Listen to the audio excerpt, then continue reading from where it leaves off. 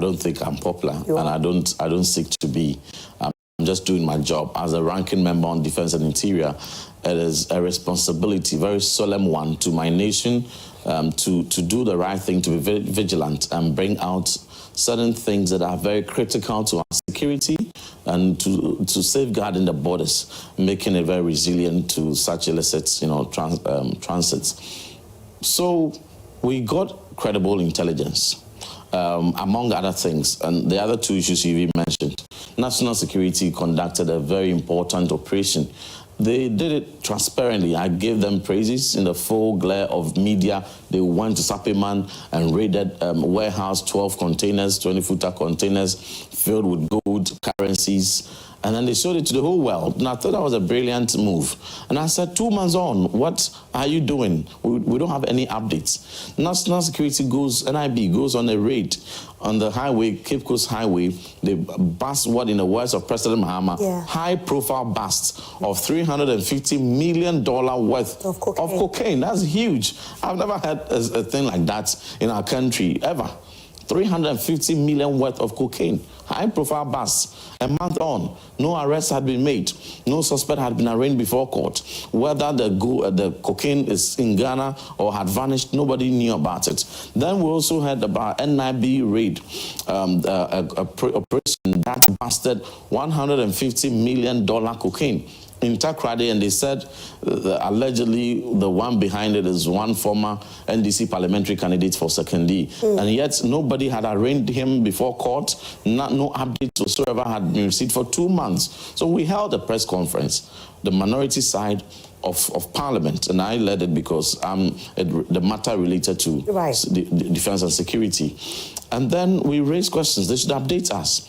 But we also raised another question, which had to do with a credible intelligence with all the evidence we had and still have. So you have the evidence? On every supporting claim to it, we have it. Okay. When we initially put it out, the NDC and our friends on the other side thought that I was just thriving on hearsay. Then they approached the whole thing very bizarre, very wrongly. And then when I came out to just bring a little bit of what I have, disputing everything the government spokesperson, Kwachu Fosu, the falsehood he put out, then they sat back and said, no, we have to be careful about this. We put out, all we said in our press conference relating to that was that credible intelligence available to the caucus indicates that on so and so dates, 2 flights from Gran Canaria arrived in Ghana, air ambulance. They didn't come with any patient, they didn't go back with any patient. And we have record of where they went from here to Luanda, all the Lanseria, and all the cocaine hotspots and everything they did, came back and then took off. Another Kavok Air also came. And contrary to what we thought we had brought patient or taking patient and wasn't so, there were also some very suspicious movements. And the suspicion is pointing towards cocaine and cash. So investigation should be done to unravel what really happened, what they brought. If it's not contraband goods or it is. Let me ask this, just like people were asking in their homes. Did you have evidence of what was in the flights? See, if we didn't have that credible evidence, credible intelligence, and the basis for what we said, we would not even bring it out for the relevant authorities to investigate at all. When people brought up the credible intelligence, which led the NIB to conducting the raids in Sapiman, in conducting the raid in Takrady and Cape Coast that busted together half a billion dollar worth of gold, of cocaine. How did they bring pictures and videos of the cocaine in the containers on the highway and brought it to NIB, and they went, or they brought samples of bags of cocaine, took it to NIB and said, there's a sample of the cocaine that is being carried, and I brought you a sample, go and nib it in the bud. So they know how credible intelligence, what constitutes credible intelligence, and the associated or accompanying basis. Everybody in intelligence knows what that means. And so when we put it out there, the president quickly reacted, and I was excited. I said, wow, the president takes this seriously, and actually directed 4 agencies, NACOC, police CID, NIB, and national security to conduct very thorough, transparent investigation and collaborate with me. Yeah. And so, as collaborate with Honorable Ntim Fordjour. I was never invited. You were never invited at the time. Till today? No. So after they raided my house. Okay. So I took that post very seriously, and I thought the president meant it. So with the greatest of respect and regard for the president and the directive he had given, we did a press conference on the 1st of April. Second, the next day, I wrote a letter inviting all the joint committee and the agencies, intelligence agencies the president had directed, come, let's meet in Parliament, so that whatever evidence I have, I give to you. I volunteer. I wrote in the letter. Yeah, you volunteered. Yes, you saw copies of that letter, and that even if my colleagues on the NDC side, the majority side, are even minded to be part of transfer, they can join that meeting. Reverend Fordjour, I think one thing that people want to know, the reason why you didn't put it out on social media. No, you see, the sensitivity of the information. Aside that, we are talking about security. But once they can even assassinate people. But once you've opened the case, Rosalind, it's that sensitive. Okay. Even without releasing further details, they had sacked the CEO of Ghana Civil Aviation Authority, and they were threatening to dismiss the CEO of Ghana Airports Authority because of this. Because they thought that they had leaked some things to me. And I had no interaction whatsoever with them. You know for a fact that these persons were sacked because of this particular issue? Well, whatever reason else that their termination coincided with my press conference, they have to explain. Okay. But you see, there were NDC stalwarts who were on record, on radio, visibly, calling for the termination of the Ghana Airport CEO. Company CEO, the termination of her appointment, and citing that they think she has leaked things to me, and so they should sack her openly, clearly, for the records. Okay. So all these things were said and done. And so you needed to protect your source and not just irresponsibly release everything because you want to do some expose and put people's lives at risk. So did you finally get to sit with the NIB? Oh, yes, I did. Give them all the evidence? I did. Okay. Just a little recap, and I'll come to that.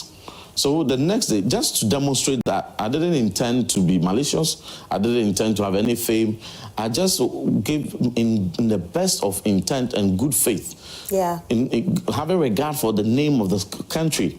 So I wrote that all those should come for us to meet. If they had honored that meeting, I would have given them everything I had. That meeting would have even been done under oath. Because if you are meeting a joint security intelligence agencies, it's done under oath. Right after, you can't go and sit on any other media station to say anything because it's under oath. They declined. NDC caucus wrote a letter, which is a public record, and gagged the meeting, said they would not allow that meeting to come on. The agencies will not be allowed to meet me. And I said, what are they running away from? Then the next day, we hear Kwachu Fosu speaking for the government on the Kosi saying that message the president put out there, he doesn't even mean it. He speaks on the authority of the president. He knows for sure the president didn't even mean it. They just want to make an example out of me.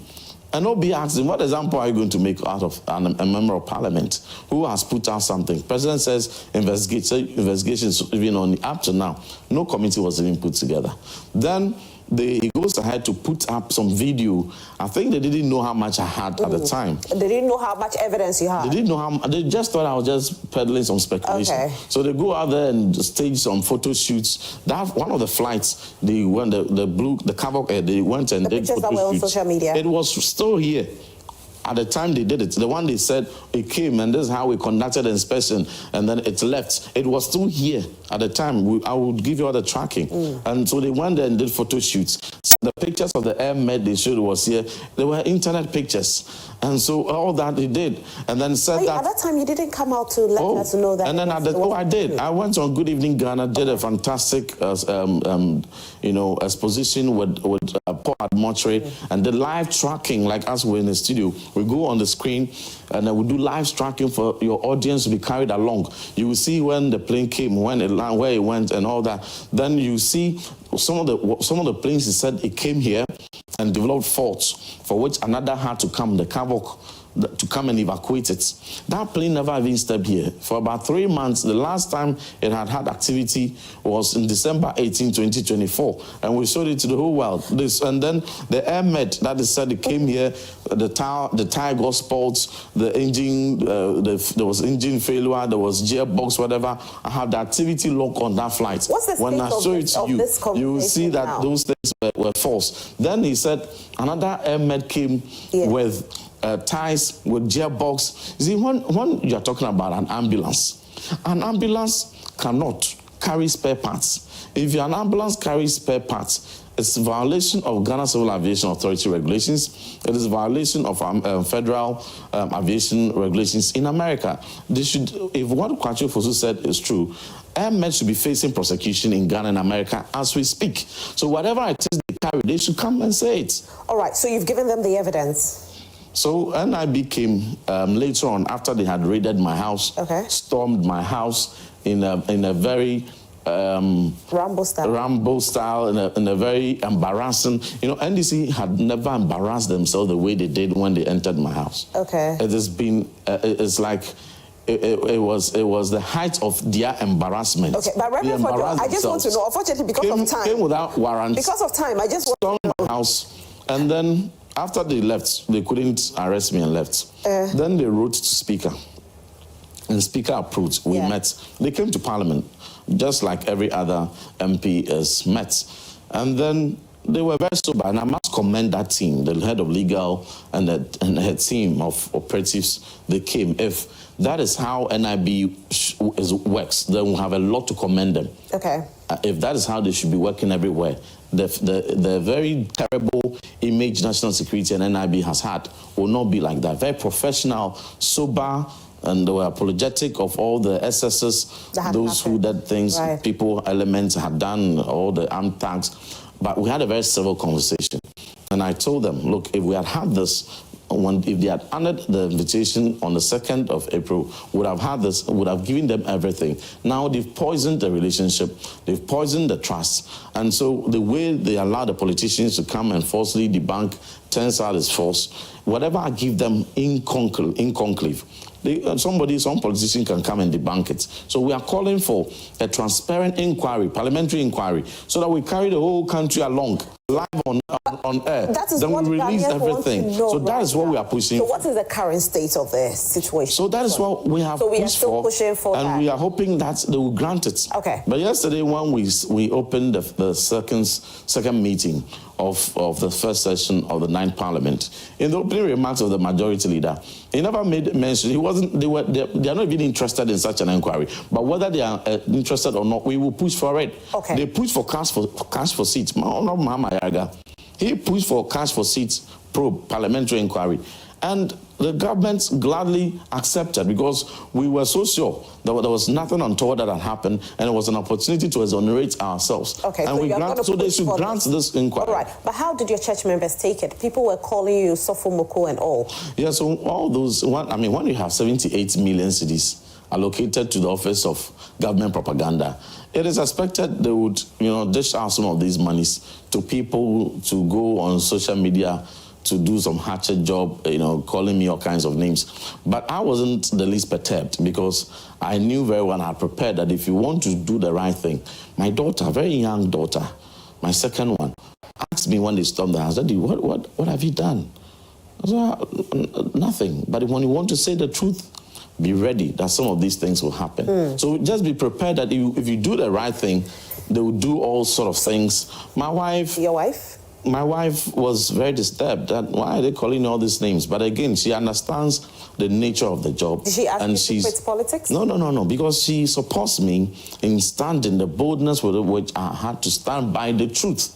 Because the truth is what is most important. Standing by the truth, she was most gratified. And whatever else somebody feels you are doing that is exposing their ills, I can't sit down and watch. As a reverend minister, when we're already struggling with opioids, when our young men are devastated by these opioids, and to have $500 million worth of cocaine, $500 million worth of cocaine on our streets, are we doing any good to our youth? Well, and it will benefit just a few people and destroy the entire country. I won't sit down and watch that to happen.